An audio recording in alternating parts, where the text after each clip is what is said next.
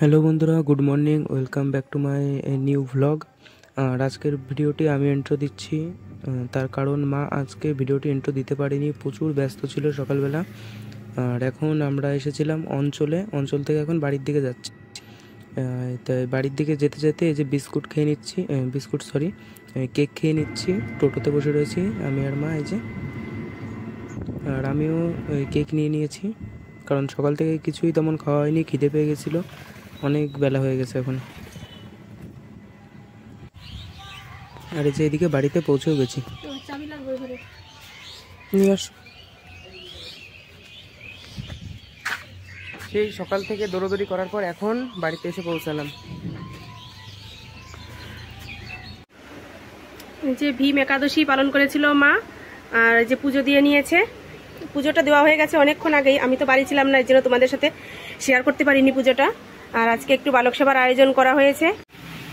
এই যে মা খিচুড়ি প্রসাদ রান্না করেছে, এই দেখো এইমাত্রই নামালো, এই যে এই হাঁড়িতেও নিয়ে নিয়েছে। আর এদিকে এই যে ওই সাইডে সবাইকে দিয়েছি, ছোট ছোট বাচ্চারা। আর এই যে এখানে বসে রয়েছে আমার ভাইজিরা, তাই না?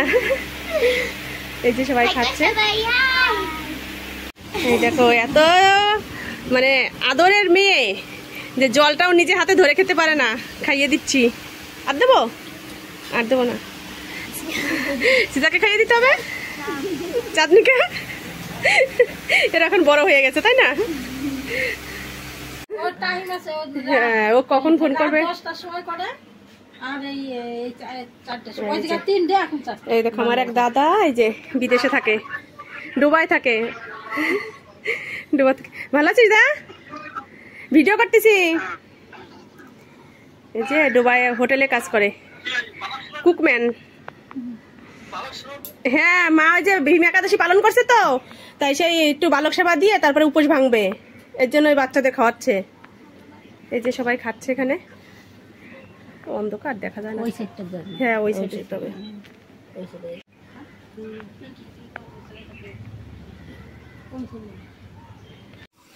সবাইকে দিয়ে দিলাম, মানে প্রসাদ খাইয়ে দিলাম সবাইকে। ছোট ছোট বাচ্চারা এসে তো খেয়ে গেল, আর হচ্ছে বড়দের জন্য বাড়িতে পাঠিয়ে দিলাম। আর এখন এই যে আমি আর আমার ছেলে খাবো বলে এই যে নিয়ে নিয়েছি, ছেলেকে যে ফল দিচ্ছি, আর আমি ফল নিলাম আর একটু খিচুড়ি দিয়ে দিই। এটা হচ্ছে ভীম একাদশী পালন করা হচ্ছে, মানে পালন করেছে মা। গতকালকে শুরু হয়েছে দুপুরবেলা ভীম একাদশী, আর আজকে তো সারাদিন থাকবে, এর জন্য একটু বালক সেবা দিল। আগে অনেক বড় করে করতো, কিন্তু মায়ের শরীর ভালো না বলে মা এখন অতটা সাহস পায় না। আরও যেটুকু যা করবে সাহস করে, সে আমি বাড়ি ছিলাম না, এর জন্য আরও মানে সাহসটা পায়নি। তো যাই হোক, যেটুকু করেছে এটুকুই অনেক, অসুস্থ মানুষ। তাই চলো আমরা ওখানে প্রসাদটা খাই। এই যে নিয়ে নিয়েছি। আমি বাড়ি থাকলে আর একটু আয়োজন হতো, মা লুচি আর সুজি করতে বলেছিল, কিন্তু সেটা আর সম্ভব হয়নি। টাইম শর্ট হয়ে মানে টাইম ওভার হয়ে যাচ্ছে, মানুষ তো দুপুরের বেলায় যদি বাড়িতে খেয়ে নেয় তাহলে আর প্রসাদটা খেতে আসবে না, এই জন্য আর ওটা করতে পারিনি। তো যাই হোক, অন্য এক সময় করবো। তো চলো খেয়ে নিই। ভালো হয়েছে খিচুড়ি। খাওয়া দাওয়া সেরে নিয়েছি, তারপরে যত বাসনপত্র ছিল, খিচুড়ি রান্না করার যে বড় বড় হাঁড়ি, বড় বড় গামলা, যা যা ছিল ঘরে যাবতীয় সব কিছু ধুয়ে পরিষ্কার করে মায়ের ঘরে আবার ভুট করে সব রেখে আসলাম। মায়ের ঘর ঠর সব ঝাড় দিয়ে পরিষ্কার করে তারপরে এসে এই যে শুয়েছি। আর আমার পিছনে আমার ছেলেও এই যে শুয়ে রয়েছে। ছেলের আজকে একটু খাটনি হয়ে গেছে, কেননা ও একটু দৌড়াদৌড়ি করলে ওর শরীরটা খারাপ হয়ে যায়, গাটা একটু গরম গরম হয়েছে দেখলাম। যদি জ্বর আসে তাহলে ওষুধ আনতে হবে, একটু গরম গরম হচ্ছে গাটা। এবার পড়া আছে বিকালে কটার সময়? হ্যাঁ, ও পড়া নেই, তাহলে একটু শুয়ে থাকলে আবার এই ক্লান্তিটা কেটে গেলে আবার ঠিকও হয়ে যেতে পারে।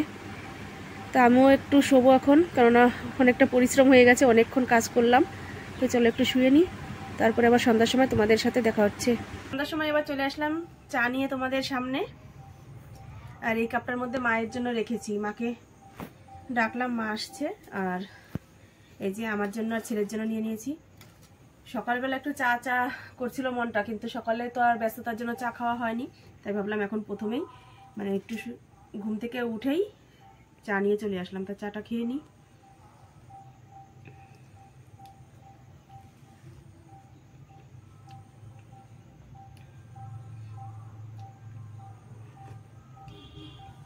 সরস্বতীর পুজোর মেলায় এখনো চলছে, আজকে হচ্ছে লাস্ট মেলা। তা আমার তো আর যাওয়া হলো না। যাবি বাবা আজকে? যাবে না আমার ছেলে, ও না গেলে আমারও যাওয়া হবে না। ভেবেছিলাম যাবো একদিন, তা থাক, এবছর যদি না হয়, যাওয়া না হোক, সামনের বছর যাব। তো চলে, এরা পরে আবার কি করব না করব এখনো কিছু জানি না। খিচুড়ি এখনো রয়ে গেছে, তার মানে রাত্রে রান্না করতে হবে না। এই খিচুড়ির সাথে হয়তো কিছু একটা ভাজা টাজা করতে পারি, এখনো জানি না কি করব। তো চলো খেয়ে নি, তারপরে আসছি। রাত্রের খাবার বানানোর জন্য তেমন কিছু বানানোর নেই, তাও তবুও একটু কিছু করব। এই দেখো, এখানে পাঁপড় নিয়ে নিয়েছি, পাঁপড় ভাজবো। এই যে এক প্যাকেট পাঁপড় ছিল, এই দেখো এক প্যাকেট পাঁপড় ছিল, তার মধ্যে থেকে আমি ছোট ছোট করে এরকম করে কেটে নিয়েছি। এখানে 4টে কি 5টা পাঁপড় নিয়েছি, মানে বড় বড় গোল গোল পাঁপড়। এই যে এরকম বড় বড় পাঁপড় রয়েছে এর মধ্যে, এখান থেকে আমি 4-5টা পাঁপড় বের করে কেটে নিলাম। এগুলোই ভাজবো, কেননা একদম প্লেন খিচুড়ি না, খেতে ভালো লাগছে না। আর পাঁপড় করব, সাথে করব চাকচাক করে আলু ভাজা। এই যে এরকম করে চাকচাক করে আলু কেটে নিয়েছি, এই আলুগুলো ভাজবো। তেল দেখো বসিয়ে দিয়েছি, তেলটা গরম হচ্ছে। আমি পাঁপড়টা আগে ভাজবো, তারপরে আলুগুলো ভাজবো। সকাল থেকে তোমাদের সাথে সেভাবে কথা বলার সময়ই পাইনি। কি করেছি কি না করেছি জানি না। ছেলের হাতে মোবাইল ছিল, ছেলেই করে দিয়েছে। যেটুকু করেছে, এডিট করতে গেলে তখন দেখা যাবে কতটা কি করেছে।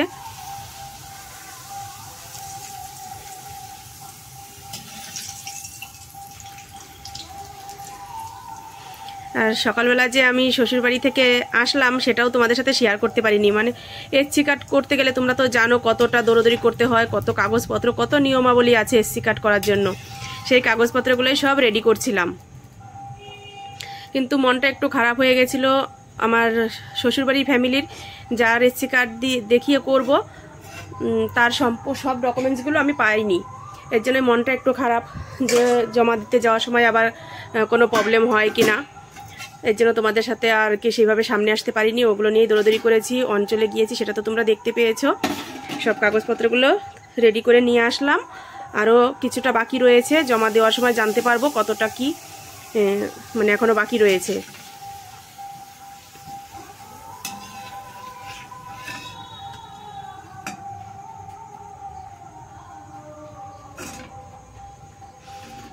মানে সব কাগজপত্র আছে, কিন্তু আমাকে দিল না। জানি না তার মনের মধ্যে কি হিংসে রয়েছে, সেই হিংসের কারণে সে আমাকে একটু অসুবিধায় ফেলার জন্য এই কাজটা করেছে। যাই হোক, কি বলবো, আর বলার কিছু নেই, যার যার মনের ব্যাপার সেটা।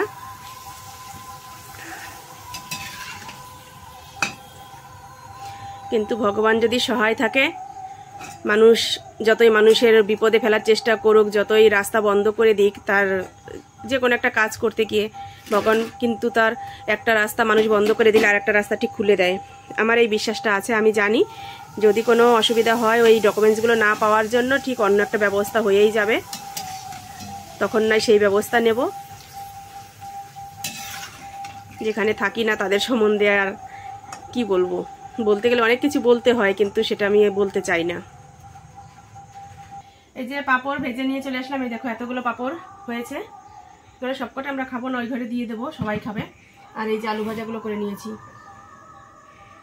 চাকচাক করে আলু ভাজলাম, একদম ডোবা তেলে, তো একদম মনে হচ্ছে যেন পাঁপড় ভাজার মতো হয়েছে আলু ভাজাগুলো। আর এই যে খিচুড়ি, সেই সময়কারই খিচুড়ি এখন আবার একটু নিয়ে আসলাম, ছেলেকে দিয়ে দেবো আর আমি নেব।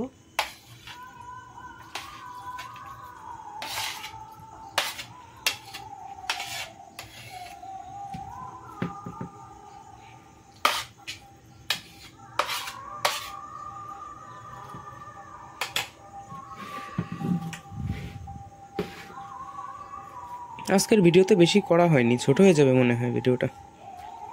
ভিডিও তো ছোট হবে, কেননা সকাল থেকে 12টা পর্যন্ত কিছুই করিনি। অনেক কাজ করেছি, কিন্তু তোমাদের সামনে আসাও হয়নি, কোনো কিছু শেয়ারও করা হয়নি। সকালবেলা শ্বশুরবাড়িতে বসে, ছাদে বসে বসে অনেকটা সময় কাটিয়েছি, মুড়ি দিয়ে মাংস দিয়ে খেয়েছি। কারণ আমার যা কালকে রান্না করেছিল মাংস, সেটা খেয়েছি। তো সকালবেলাও আবার আমার যা রান্না করেছে, সিম আলু দিয়ে ভাজা করেছিল, তারপর পুঁই শাকের ডাঁটা দিয়ে আর আলু দিয়ে বাটা মাছ রান্না করেছিল, বেশ ভালো লেগেছিল খেতে। কিন্তু দুঃখের বিষয় তোমাদের সাথে কিছুই শেয়ার করতে পারিনি। ওখান থেকে বেরিয়ে তাড়াতাড়ি করে চলে গেলাম। আর গ্রামের 5 জনের সই নিতে হবে, অনেক কাজ ছিল, সেগুলো করে টোরে মেম্বারের সই, প্রধানের সই, বুঝতেই তো পারছো কতটা কাজের চাপ থাকে। সেই কাজগুলো সব সেরেছি, এর জন্য আর আসতে পারিনি তোমাদের সামনে। যাই হোক, প্রতিদিন তো আর একভাবে সবকিছু পাই টু পাই দেখানো যায় না, তাই না? মানুষের তো একটু ব্যক্তিগত কাজ থাকেই, তার জন্য একটু কাজের চাপটাও বেশি ছিল। তো চলো এখন খিচুড়িটা খাই। এখন আর খিচুড়ি খাওয়ার কি দেখাবো, খেয়ে নিই, তারপরে আবার আসছি।